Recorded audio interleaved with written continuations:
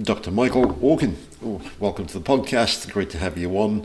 You are a renowned statistician, data scientist, and author of the newly released book, The Story of Chance, What's Luck Got to Do with It? Interesting title there. Now, you have an extensive background in statistics, and that is the premise, I would say, of the book, which I'd love to explore in a bit. But I'm curious, of all the subjects, especially with statistics and mathematics, why get into this idea of chance and explore what luck has got to do with it as well? Okay, so first a slight correction. Since I guess we talked briefly a while ago, there's a new edition of the Right. book, and it's got a slightly different title. It's still called The Story of Chance, but the subtitle now is Beyond the Margin of Error. Okay. So that's the updated, much bigger than the first version, still available on Amazon. It's got all the stuff that the first edition had also. So that's the book I'll explore today. So you asked me an interesting question, which is how did I get interested in this area? And so I went to college a long time ago at the University of California at Berkeley, and I was going to be a math major. I worked for IBM in the summers, and so I was going to just go back there and get in the computer business. But then when I was a senior, I took a probability course, which is the study of chance, or how people try to measure chance. And the professor convinced me to go to graduate school. So I went to graduate school, and that's how I got focused into that area. And then after that, after I got my doctorate, I became a statistics professor in the Bay Area, in the Berkeley area. And then I started doing some consulting in the area of chance, games of chance. And that wasn't that big of a thing at the time. But then since games became so popular online and the iPhone became so powerful and the Android, of course, and so there are lots of companies that lots of game developers who want to get on the iPhone, on the Android, in the App Store, and they can't do it unless they somehow, and in many states, unless their games are games of skill as opposed to games of chance, which is kind of an arbitrary. Well, it's not arbitrary. There's a mathematical distinction, but in terms of being allowed to play, you might ask, why would the iPhone people or the state regulators, care about that? And it's mainly based on the banks who don't like to deal with compulsive gambling and would like to think it's safer if they do business with companies that have games of skill.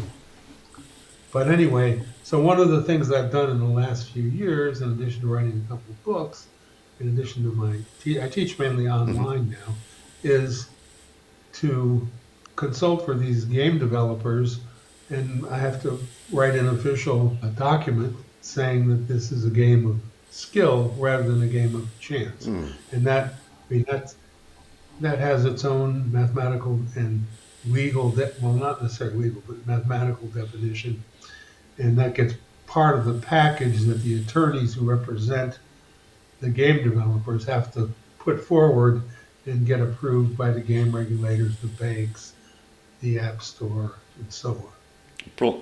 So here I am. And there's probably a whole bunch of things we could explore there. But first off, on a personal level, I'm curious, what would you say is your personal area of strength? Well, I guess it's hard to. So that's a very interesting question. It makes me think. But I think my personal area of strength at this point in my career is doing the math behind different types of games and related to the topic, what's the difference between chance and skill, and related to that, I think ways that people misconstrue chance in everyday life, things like lotteries, statistical results that people misconstrue, and things they're sort of hopeful. So one of the things I like to do, and I think I'm pretty good at, is trying to describe technical things in a non-technical way, but all related to this general topic of probability and statistics. So, in that area of strength, what would you say is something that businesses don't know but should? Well, I don't like to make a general statement about all businesses because businesses, as you know, are different, completely different depending on what space they're in. And I have some general guidelines. Well, first of all, I think that lots of companies don't understand. Now, I'm not talking about big companies who have to understand these things, don't understand risk, and they're liable to take more risks than they need to, even though, of course, if you look at any successful business, risks had to be taken along the way. If you look at, for instance, Tesla, which is now, of course, struggling a little bit, but that's only because Elon Musk has got so many interests that it's hard to get him down to one thing at this point in his life. But when Tesla was first about to make it, Elon Musk was broke. He was sleeping on the floor of the manufacturing plant, and he had to take this. He borrowed from everybody he could borrow from, and then Tesla became the number one. It changed the whole paradigm of electric vehicles in this country. So, so he took big risks, but he believed in something. He had a belief that this was going to be the thing, and he was right. Now, look at someone else. You may have heard of Sam Bankman-Fried, otherwise known as SBF, the crypto guy, and he was he was went to MIT, had a degree in math, was very smart technically, and he became very, very successful. He got into the crypto space, and just in a matter of about 5 years, he became sort of a billionaire on paper. But then he started making big bets. He had a company, he had a couple of companies, and one of the companies was a crypto exchange, and the other was an investment company, and he sort of started confusing didn't confuse the two, but they started having doing things, perhaps moving money from one to the other. But what he was doing was there's this thing in math called expected, or in statistics and probability, called expected value, otherwise known as EV. An expected value is the average that you'll get over a period of time if you play a game over and over. Now, sometimes it's very hard or impossible to compute EV, or it becomes a subjective thing.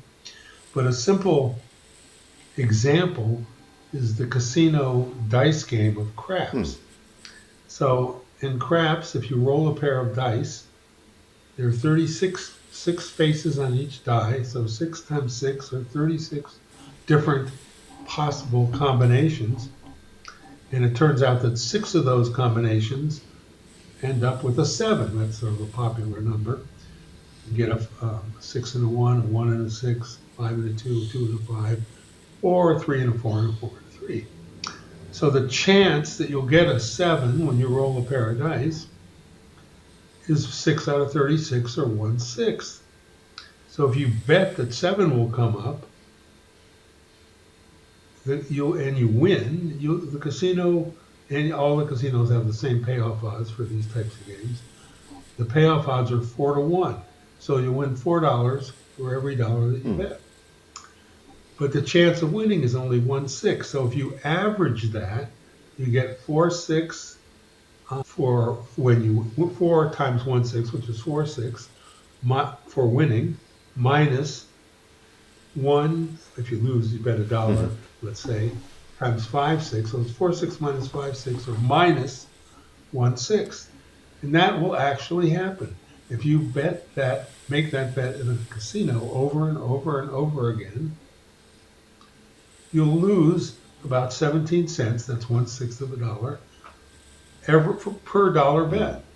And that's very stable. It follows from the law of averages, sometimes called the law of large numbers, and it's very stable and very important because number one, the player can immediately know that he'll always lose in the long run, even if he gets lucky along the way. And the casino will know it'll always win. It'll always win in the long run, even if it gets unlucky along the way.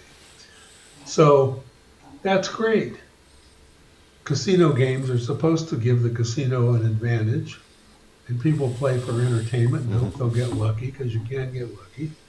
And so negative EV is the typical measure of a casino game.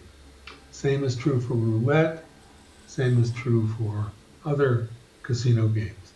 Blackjack, on the other hand, is a game, if you have certain conditions that you can play, is a game where you can use some skill. And it's possible to have positive EV. And this was discovered by Ed Thorpe, who was a mathematician who did computer simulations, or he and his colleagues, back in the late 1950s. And he wrote a book in 1962 called Beat the Dealer. So, two games, craps and blackjack. Craps, always negative EV. Blackjack, for most people, negative EV. But for some people who can play a card counting strategy, positive EV. So that's what you want. You want positive EV. And Sam Bankman-Fried knew this. And he would try to make these expected value or EV computations about every gamble that he was taking about buying and selling crypto. And he was very good at it. He actually, so there's a guy named Zeke Foe who wrote a book called Number Go Up, in which he had many interviews with SBF and talked about this. And SBF made huge bets whenever he thought he had positive EV, except poor SBF, who now is sitting in jail, didn't realize one thing, and that is it's not enough to have positive EV. And you also have to manage your money properly. And this is something that, if you look at every business that goes under, you'll probably find that along the way. So, for example, if I am the best blackjack player in the world and I have positive EV, if I bet my entire bankroll each time I play a hand, I'll soon go broke. Because the chance of winning is only about 51 or 52% on average if you play blackjack perfectly.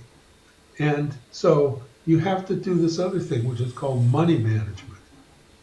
And money management, which was, there are a few different types of money management, but the same guy who wrote Beat the Dealer wrote another book about this. And there was a guy named Kelly, who was a mathematician at Bell Labs back around the same time as Thorpe's book, who developed something called the Kelly system, which basically means it's very easy to conceptualize it, but very difficult to put in practice. And to conceptualize it, it's called a fixed fraction betting strategy. The more you have, the more you bet.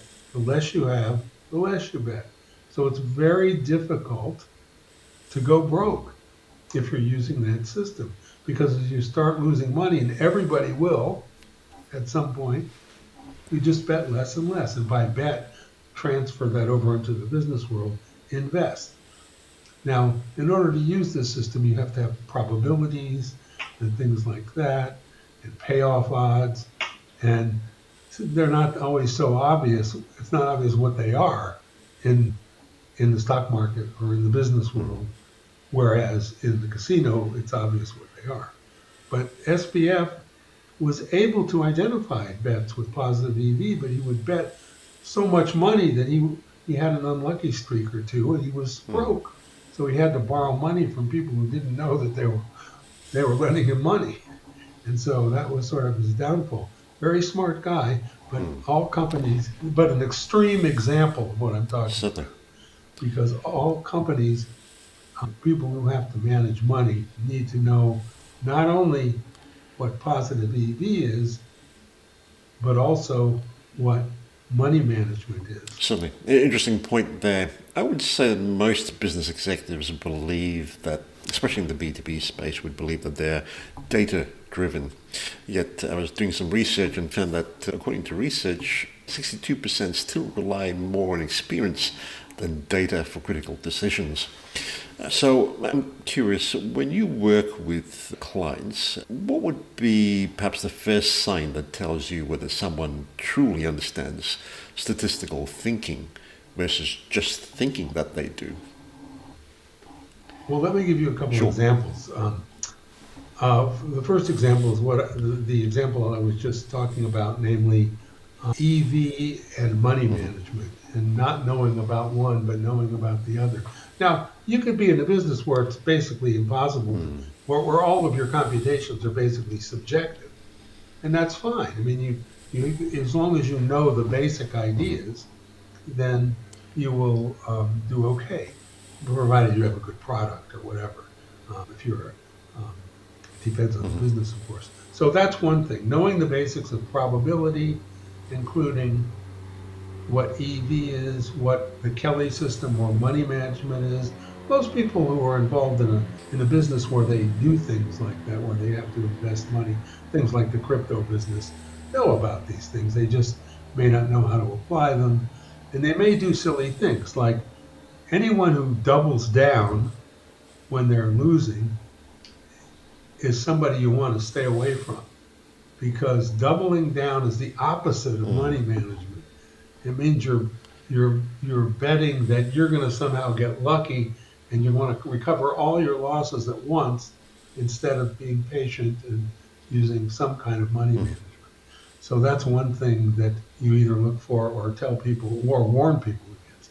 Now I'm going to shift to a different area for this next example, because one of the biggest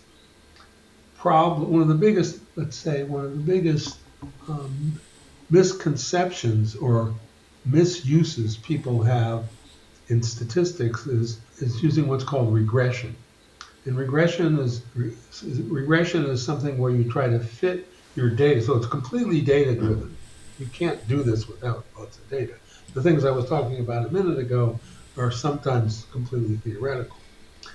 But with regression, you have a bunch of data, and you try to see if there's a relationship between two or more variables. So let's say you want to see if square footage is related to the selling price of the house. So that's a very simple, so clearly, I mean, intuitively, you know it is.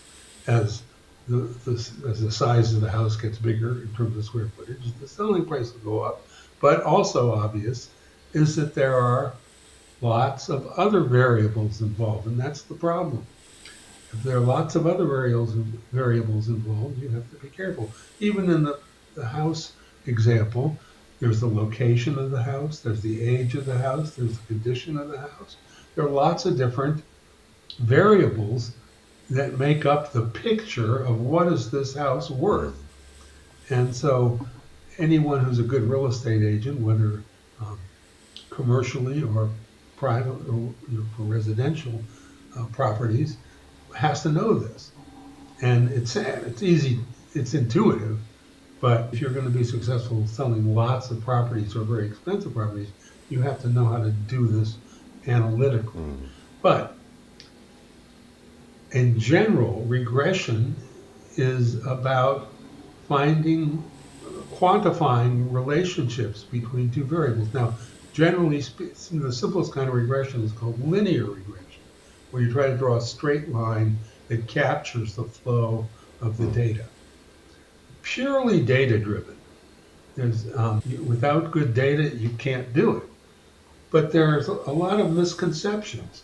So here's an example that's in the public health sector. And right now, there's a huge issue in this country because the head of the public health department, Health and Human Services, is not a scientist, is not a statistician, and he's known for misinterpreting data using that kind of analysis. So here's an example. I'll give you a couple. One, when the polio vaccine was being developed in the late 1950s, people were trying all kinds of things because polio was a very serious disease, as you probably know.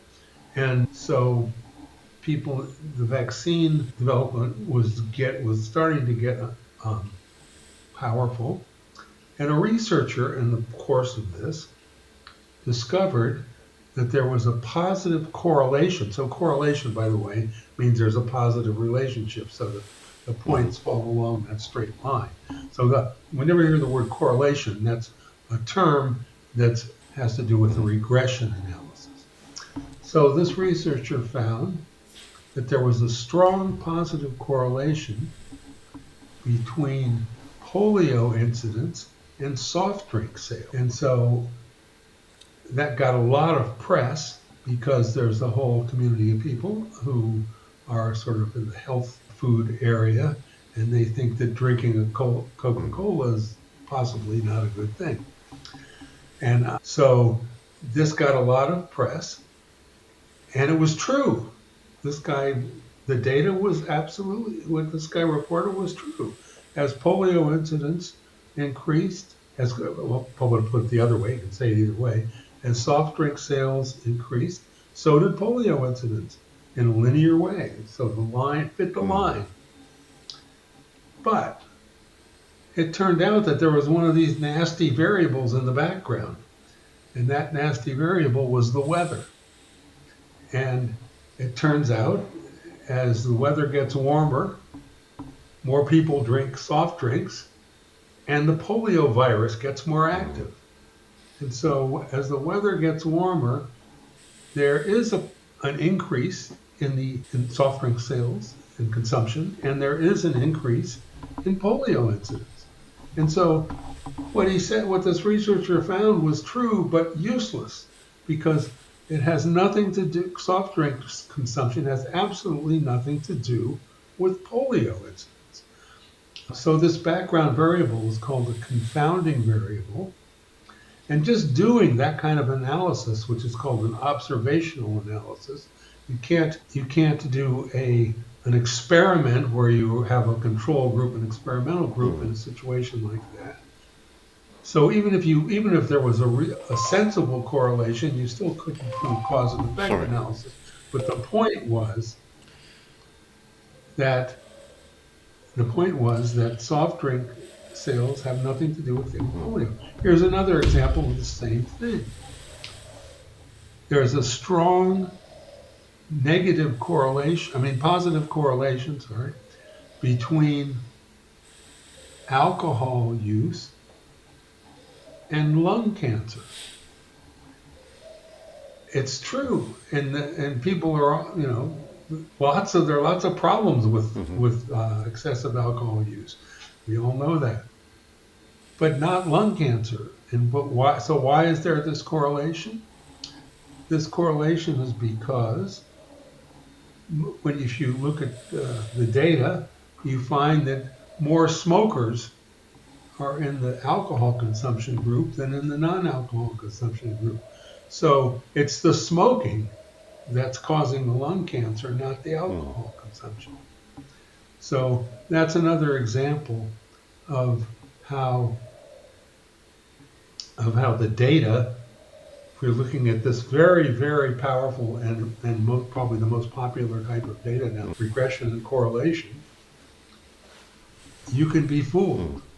And if you're not a scientist or someone who knows about that, when you have correlation, it can be real, but it doesn't mean causation, and there could be variables in the background. So you have to do more work. And some people don't like to do more work. One more thing, that the current head of Health and Human Services has been for years talking about autism vaccine, MMR vaccine and autism. MMR vaccine is measles, mumps, and rubella. It's a very popular and successful, I should say, vaccine. It's been around for 50 years, and it eliminated measles in this country a long time ago. But then this person a number of years ago in England named Andrew Wakefield published a paper that said autism is highly correlated with the MMR vaccine. Well, first of all, that doesn't mean causation. So that's number one. But number two, as it turned out, the whole study was fake. This person was was doing what's called cherry picking and just picking out cases where people are vaccinated and also have autism. Now, this was all refuted, and I'm leading up to another point here. This was all refuted by a number of years of studies, including one in Denmark, in which every single birth in Denmark to a Danish mother over, I think, a 2-year period was studied with a control group and an experimental group, people who got vaccinated, people who didn't, and there was zero relationship between autism and the MMR vaccine. And this was done many times, but here's the other point I was going to mention. Some of these situations for study involve, as I said, a lot of work, but also take a lot of time. It took many years to do these big studies. And so meanwhile, the fraudulent study makes the headlines and people think, well, I don't think I want to get my kid vaccinated.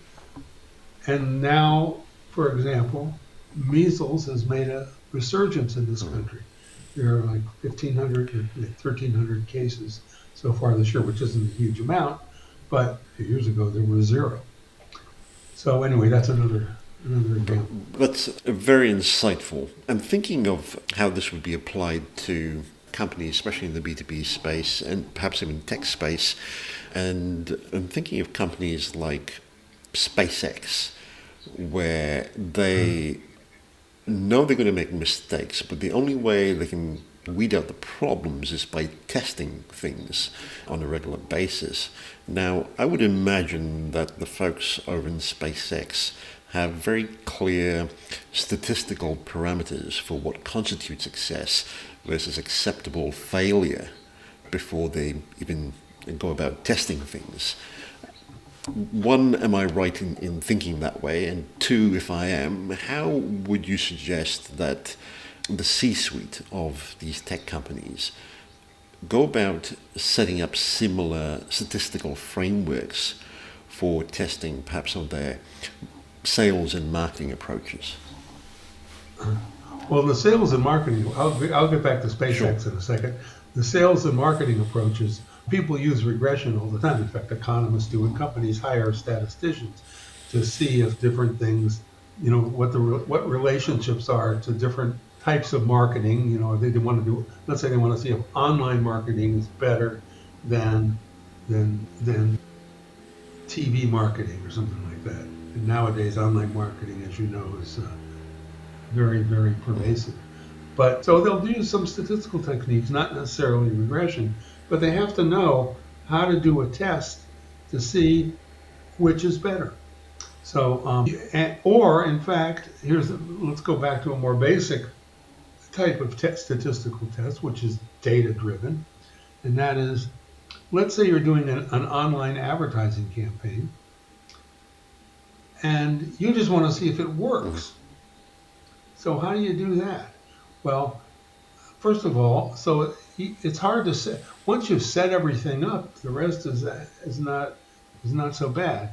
But what do you mean it works? Well, let's just say, be simple about it and say more sales. Then let's say that, and make it even easier, an increase in sales. So you have to be able to measure that. Is there an increase in sales after you've done this marketing campaign with online advertising? So you do it. You do a marketing campaign with online advertising. You're trying to sell a product. You know what the sales were before the campaign started. And so then when you're finished the campaign, you have to give it a little while to work to see if it really worked. So let's say a month after the campaign, you have sales. And you might be focusing on a certain group, like you're trying to sell college students a new energy drink or something like that. So you have the before and you have the after. That is before you started the marketing campaign and after. So let's say that sales before, let's say that the sales after went up by 1% than what they were before. So here's the question. Is that just due to chance, seasonal trends or whatever? Or is it a real is it evidence of the success of the marketing campaign? Because things go up and down. Doesn't matter whether you have a marketing campaign. That's the nature of life. Things are always going up and down. So the big question, this is one of the big statistical questions in the business world or in any other world, and that is, how do you tell if in this case, your marketing campaign was successful or whether what you're witnessing is just due to chance? So that's actually the same question that I had to answer when I would have a game that didn't have any, it wasn't like the casino game with craps. It's easy to analyze mathematically. Is this game a game of skill or a game of chance? So it's sort of this basic question that runs through statistics. And that question is, when you see something, is it just due to luck or just due to chance or due to something actually going on, like the online campaign worked? So that's a very fundamental question in the world of data analysis. And so you have to look at it, you can look at it in lots of different ways, but any company that's doing things like that has to know at least what that question is, has to ask the right questions. And the statistics team working for the company can answer those questions. Now, let me get back to what you first said about Elon Musk or about SpaceX. SpaceX has the trademark methodology of Elon Musk, which is, as you pointed out, you experiment with stuff and see what happens. Well, many people have criticized Elon Musk for experimenting with things that affect the safety of people using his products, like with Tesla. Right now, they're having this issue with the robo-taxis that have been introduced in Austin, Texas. The problem is that the robo-taxis seem to have, maybe minor, but have accidents. And so is that a fault of the robo-taxi, or is it just natural act? Is it just due to chance? And so, but Elon's famous for that because he tries things out. He did the same thing happened with Teslas. He's been criticized ever since Teslas first came out, and a lot of the stuff he says is completely true. Namely, that Teslas don't have a worse safety record than other cars. It's just that they're in the spotlight all the time. But now SpaceX is another issue because you can't play the same games with a giant rocket ship. And as you've seen, the last 4 attempts to send up the SpaceX rocket have resulted in spectacular explosions. And what he's trying to do, what SpaceX is trying to do, but it's really what Elon is trying to do, is to use the world's biggest rocket, and it's designed differently than other rockets because it's got more moving parts. And so some people in the field have said, well, that's just not going to ever work. He's going to keep making these little mistakes. But anyway, going back to the statistical thing, he has a team of engineers working on, figuring out what will happen if it's called perturbation theory in math, where you just move things around a little bit and see if you can fix the problems that way. And that works in some situations. In game theory, many important results in game theory have been solved by that, but you have to be careful when you're sending up giant rockets. Absolutely. But would it make sense for companies to set certain parameters, especially as they test out things, whether it's be a product or sales and marketing, in order to clearly identify the potential success of one of the experiments as opposed to others? Well, I think they do that. I think sticking with the SpaceX for a minute, and by the way, disclaimer, I do own a Tesla, so I'm biased in a way, but even though I don't like Elon doing all these political things when he should be running his companies, but that's another topic. But I think that the tech companies do set some parameters. There's this saying in Silicon Valley, break things and move fast. and that was, I think, first made popular by Meta, or the Facebook people. And it's since been, people have been very cynical about that general rule, and it sort of addresses what you're saying. If you're trying to sort of figure out how to make new and innovative things, you have to be willing to step outside the box. But on the other hand, you have to be able to have parameters, or you can get in trouble. And let me give you another example. Since we're talking about Elon Musk companies, he's a great example to talk about, not necessarily from a statistical point of view, but from a scientific or technical point of view. A couple of years ago, so there are two ways that automatic driving, autonomous cars can see things. And of course, now they're using AI to take in all the data and make decisions. One is with cameras, and the other is with what's called LiDAR. LiDAR is a type of radar. And so if you look at the Waymo and some of the other companies that are out there now with autonomous cars or taxis now, they have both LiDAR and they have cameras. And they get information from all those things, from those different inputs. Many, like Teslas have many cameras on them. Teslas used to have LiDAR, but Elon Musk made the decision, sort of a unilateral decision a few years ago, LiDAR is not worth it because it's more expensive than cameras. And he can just have cameras. And that's what he has. All these robotaxis and all the Teslas have cameras. They got rid of the LiDAR. Well, the problem is when it's raining out or when it's foggy, cameras don't do such a good job. And so we shall see, but I'll make a statistical prediction, and that is that Tesla will start using LiDAR again. If you were to summarize a good approach in terms of setting parameters, to say one sentence, what would be your advice?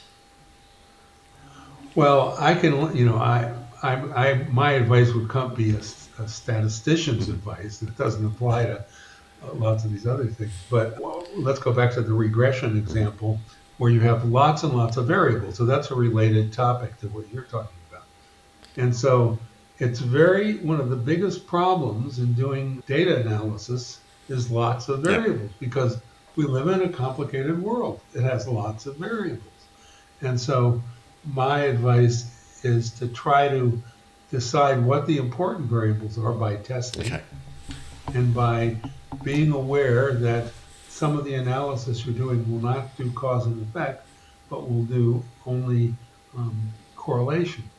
But going back to what you were asking about, it's one of the statisticians' biggest challenges, and businesses in general, but I'm talking from my perspective, is to analyze what the important variables are and what the variables are that could look like they're doing something but are useless. Let me give you one more example of that type of thing.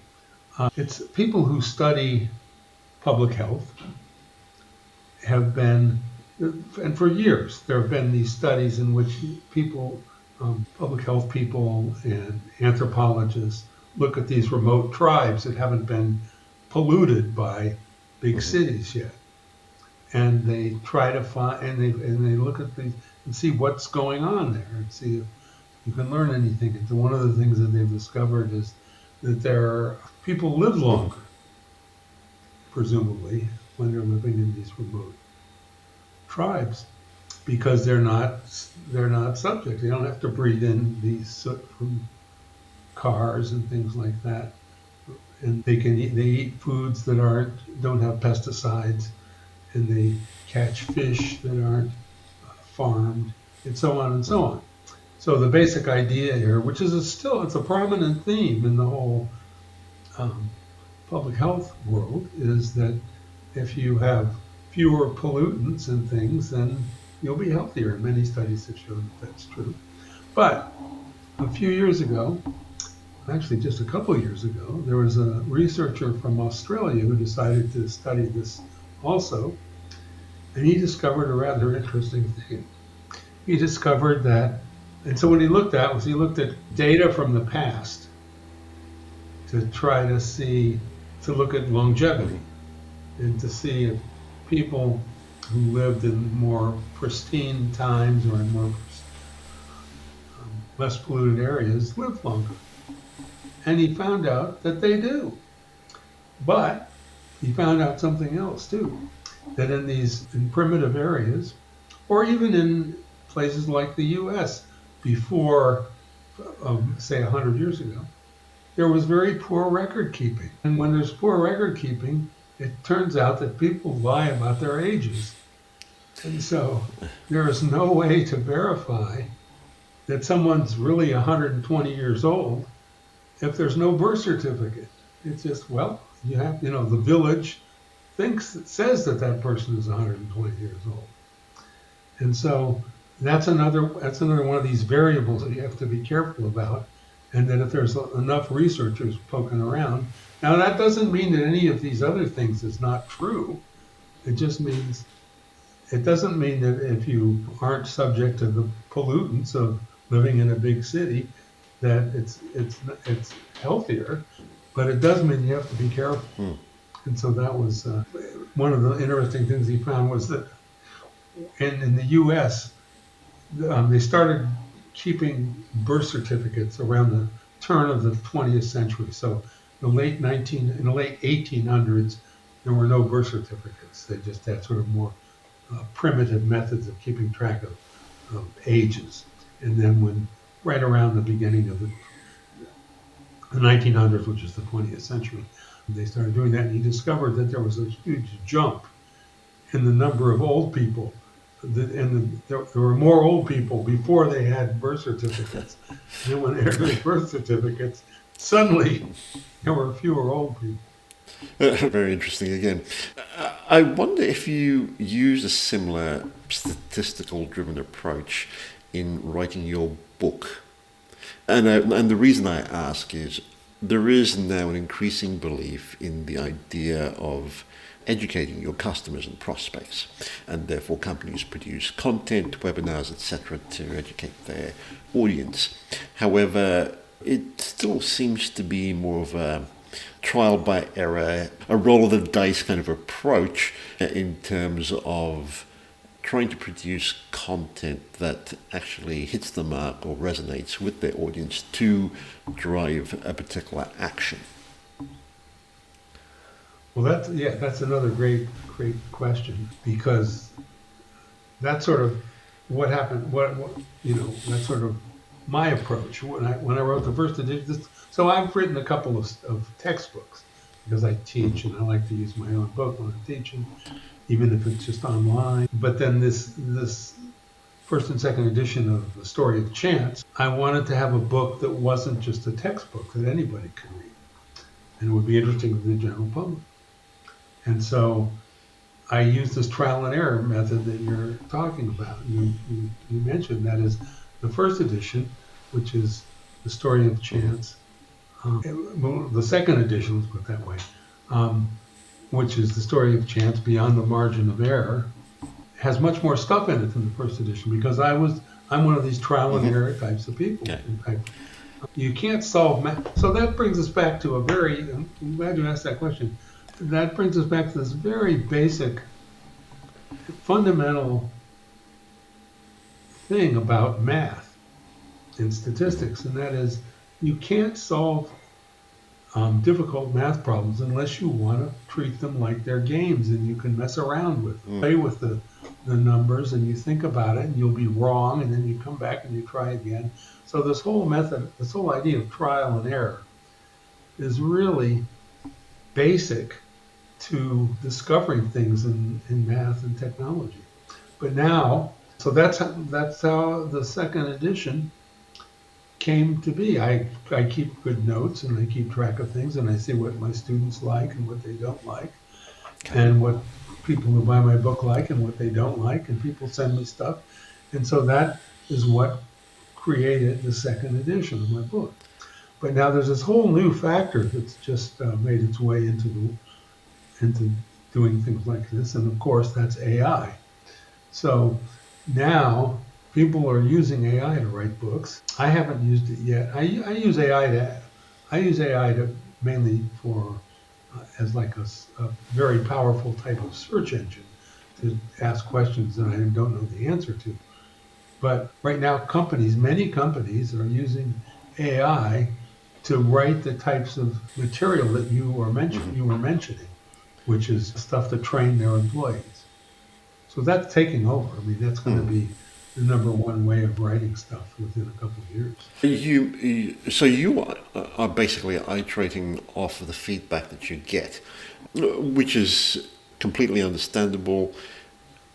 My question would be, how did you engineer it in the first place to allow for that channel of feedback to be open? I can understand your students being a given audience, given your textbooks, but for people buying your book, The Story of Chance, how are you garnering feedback on that other than perhaps reviews on Amazon or something of that nature? Well, actually, there's one other factor here that's important, and that is I have a lot of experience in this area. And, all the consulting I've done makes me, and all of the teaching and the research makes it a lot easier for me than someone who hasn't done that kind of thing before. And when I first started teaching, which was a long time ago, a friend and I, who was also a professor, statistics professor at California State University, East Bay, we decided to write a textbook. And we did. And it was a pretty well-received textbook. But when I look back on how we wrote that book, it's completely different than how I would write a book now. And partially just because we had just gotten out of graduate school and didn't have the experience needed to sort of play around with it. And I also keep, whenever I get an idea, I write it down, what it has to do with, in addition to the book. And so in those days, I didn't have the experience to be able to properly do that. And so that's why it's like I'm sad that people like Elon Musk, who have a lot of experience with, he's been doing the Tesla thing for 10 years.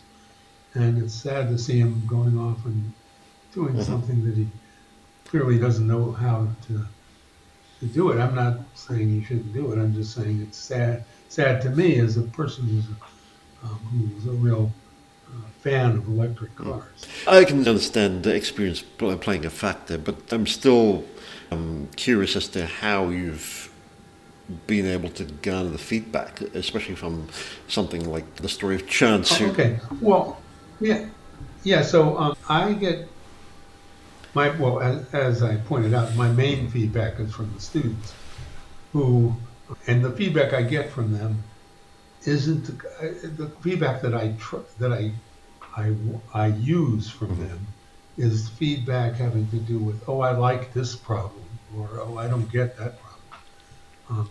And that, since my book is intended for a general audience, I'll use that kind of feedback, not feedback about mathematical details. Sure.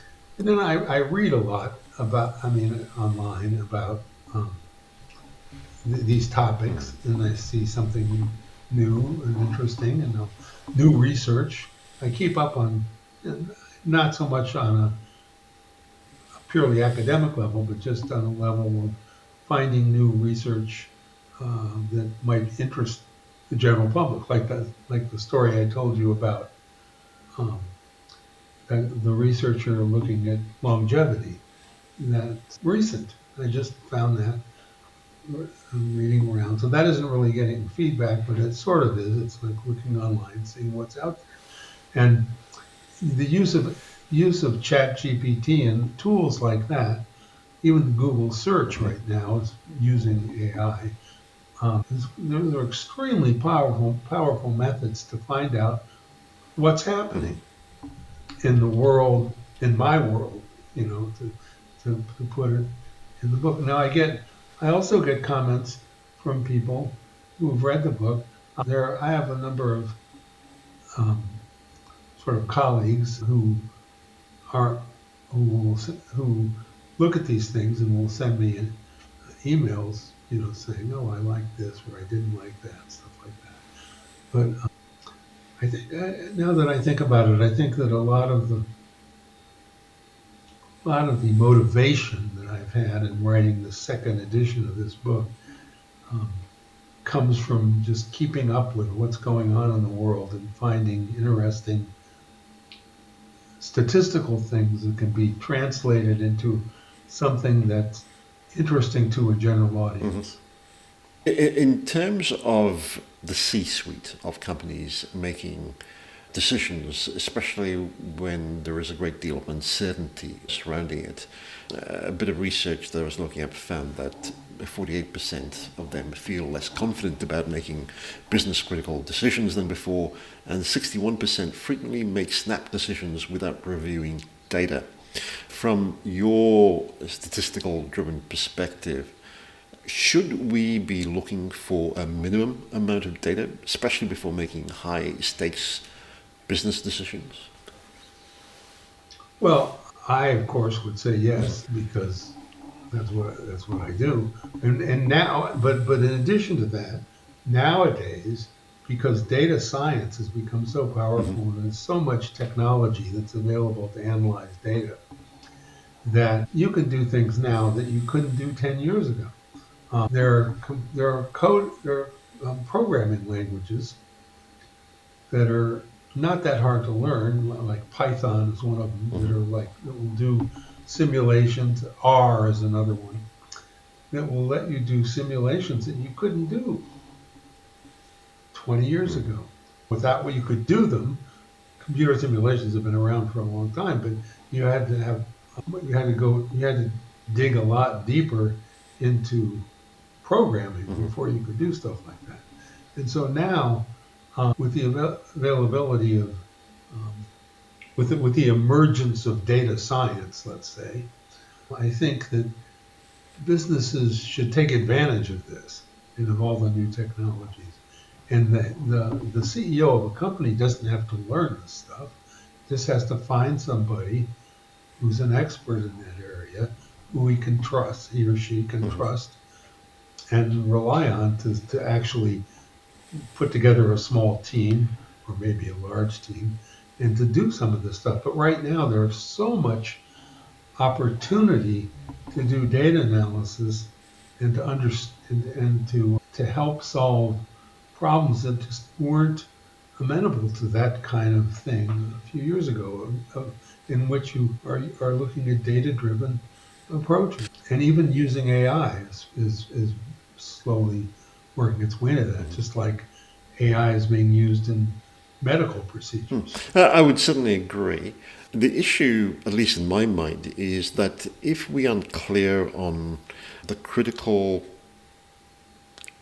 data points or factors that impact a particular decision that's business critical, then the whole premise of what you may be relaying to your data scientists and teams, etc., and the models that you create could be highly flawed. What would your advice be to ensure that we're looking at the right factors, the right data points? Well, I think that in some areas where data analysis has been around for a while, like in doing clinical trials, for example. So when you have a clinical trial, like let's say you want to have 500,000 Danish newborns who are being studied to see if the MMR vaccine has an effect on whether, or it's related to whether they become autistic. That's an enormous project, and the way people do it now is with teams. So you don't just have one person, you have a team of people. And there'll be maybe a programmer and a couple of people who can just gather the data, and a couple of academic types, people who have PhDs in the area.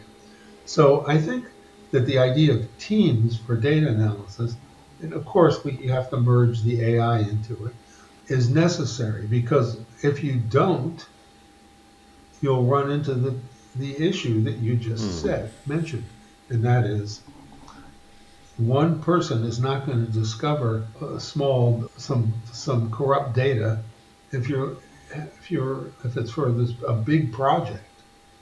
And so even using AI, I think having teams of people, just small teams, is a way to guard against the type of problem that you mentioned, which is a real problem. I mean, as I was saying a few minutes ago, in the public health field, there are these great examples like vaccines causing problems, which were just misinterpreted, people not knowing how to read the data, people who had bad data, even fraudulent data. You had a team of experts, some of this stuff wouldn't have happened. And I think it's not just the public health sector. It doesn't matter what field you're in, whether it's technology or public health or whatever, crypto, or just general marketing principles, like I was talking about a little while ago. If you want to do an analysis, so right now, so some companies are generally smart. So, and in fact, I know people who work for various types of companies as statisticians. And so, for example, if someone wants to see if their ad campaign is going to be, it's expensive to advertise, even if you're doing advertising online. They want to see if this ad campaign works. They won't just roll it out to the whole country or internationally. They'll start with the city and say, let's see how this works in San Francisco. And then they can use that model to take it from there. And in a way, all of math is just, that is applied math, the types of things we've been talking about, are just seeing if models work in the real world. And so that one of the things that suggests is starting out small, starting out with just a test case or cases. So that's another feature I would add to what advice I would give to a business. Okay. You don't have to be a big business now, and you can get support from from highly qualified stats. So we're talking about data. So from highly qualified statisticians, or the new word is data scientists, without a lot of trouble. I mean, it's there. You don't need to spend millions of dollars for your data analysis team unless you're doing a mammoth clinical trial or something like that. In your gaming consulting work, if my understanding is correct, you help companies prove that their systems can handle variability and yet still reward skill over time. Would that be correct? Well, the type of consulting that I was mentioning earlier is sort of like that. It's to analyze that. It's game developers that I would consult for, and it's to analyze whether their game, which could be modified, in fact, sometimes they do that based on my suggestions, whether their game is satisfactorily skill-based to satisfy the regulators being the banks, the App Store, the state regulators, who somehow think that the game should be a game of skill. So like I said, I was giving an example of the game of craps, the dice game earlier. So I don't need data for that. You can just use basic probability, basic math, to count the different combinations and tell you that's a game of chance. Blackjack was more complicated, but when you get to the kinds of the games that I've worked on, they're games that are more like video games that have been repurposed into gambling games, and so you have to look at data, and you have to look at. So the way to look at it is you get some player data and see if there are some players who do better than just being lucky. And that would indicate it's a game of skill. It's hard to tell for a lot of these types of games that I'm working on. So it's just, the basic question is, are these people playing this game just lucky? Of course, some people aren't learning any strategies, but are there some players who are, over time, doing better than just being lucky? Very interesting, because I'm just thinking of how that would apply to B2B companies as they look to build revenue systems that get stronger, especially during market uncertainty rather than weaker. And if I understand what you were saying correctly, the application would be look at your competitors or similar industries for data points that you can then use AI to drill down into to find potential experiments that have a high degree of success and then double down on that. Would that be fair? Well, yeah, I think what the example you were just giving is along the lines of sort of testing your product and seeing if it does better than the competitor. And so there are ways to do that. I mean, it's just all part of the same, general space of testing to see whether your product or what you offer is better than the competitor, or whether you're just lucky and the competitor's not, and stuff like that. So it's all, and it all, in a situation like that, just looking at your example, again, I would say that it's worth it to have a little test case to get some people, they have this thing called focus groups, which is like it's very popular in business now. You have focus groups to talk about a new product. And so focus groups are okay, but sometimes it's better to also set up some kind of a test that can be measured, in which you can tell which you can find out why the focus groups like your product. But the focus group is sort of a standard industry thing right now because they're very easy to set up and they're useful in some ways. You can find out what people think about your product or your approach. But I think that a little bit more should be done along the same lines. Absolutely. Just a couple of questions before we wrap up. How would you separate? Let's say a company's had a big win. They've secured a major deal.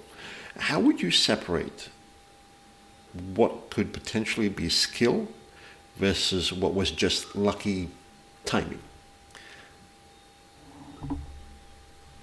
Well, there are different ways to go.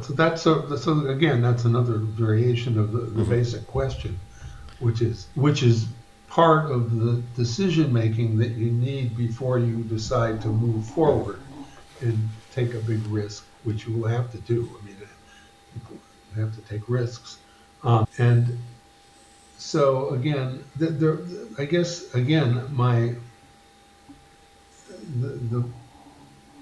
the example that I would use is to look at a specific, try to have a test case, so to speak, to see if it works. And then there are ways to statistically measure success rates in a given area to see if your success rate is really better than another company's success rate at doing whatever you do, or whether you were lucky, or whether the other company's lucky. And of course, at some point, you have to decide. So doing that kind of thing in statistics, when you're talking about is something due to skill or to chance, of course, you can never be 100% sure, and you probably heard the term confidence interval and things like that, which are done when people do surveys, which is another way to measure success. That's why confidence intervals have something called the margin of error, and so that's why I call the second edition Beyond the Margin of Error. And I talk about the story of chance beyond the margin of error, and I talk about that. So that brings up a really interesting thing, and that is, bottom line, even if you have your team, skilled statisticians and coders who can put together a test case or test the results of something, the best you can do is be significantly best. That's a statistical term. Significantly better than your competitor or than chance, which does not mean 100%. So you're never 100% certain, and so that's why you shouldn't be doing these types of things unless you're willing to take a risk. Okay. Really all boils down to data at the end of the day. I know we've covered a fair bit of ground and looked at perhaps a couple of points from a few different angles. But as companies look to go beyond that margin of error, is there perhaps an area that you find often doesn't get talked about very much? If so, what would it be? I'm not sure what you mean by talked about very much, but I think people are, so in some, like in my area of consulting, the big question is, what do the regulators want? And so how do the lawyers satisfy the regulators? And then I'm the statistician who has a crucial role in some of that. So it's a lot of it. It's not so much things that are overlooked or minor points. It's just what is it that you need to do to be successful. And I think once again, to go back to some of the things I said earlier, I think two of the big issues that people don't understand are, one, that you can't just have positive EV. You have to have good money management, and that that could mean a lot in a lot of different spaces, but that's a very key issue. And people, very, very smart people like Sam Bankman-Fried made a big mistake just on that. Then the other thing is making decisions based on data that are not cause and effect, shouldn't be cause and effect decisions. Decisions when you have very important results of your data analysis that are just observational, you should not decide things like soft drinks cause polio or drinking alcohol causes lung cancer. I'm giving a plug here, you need to have a good statistician around who knows about that. Or, business, some of these people in business were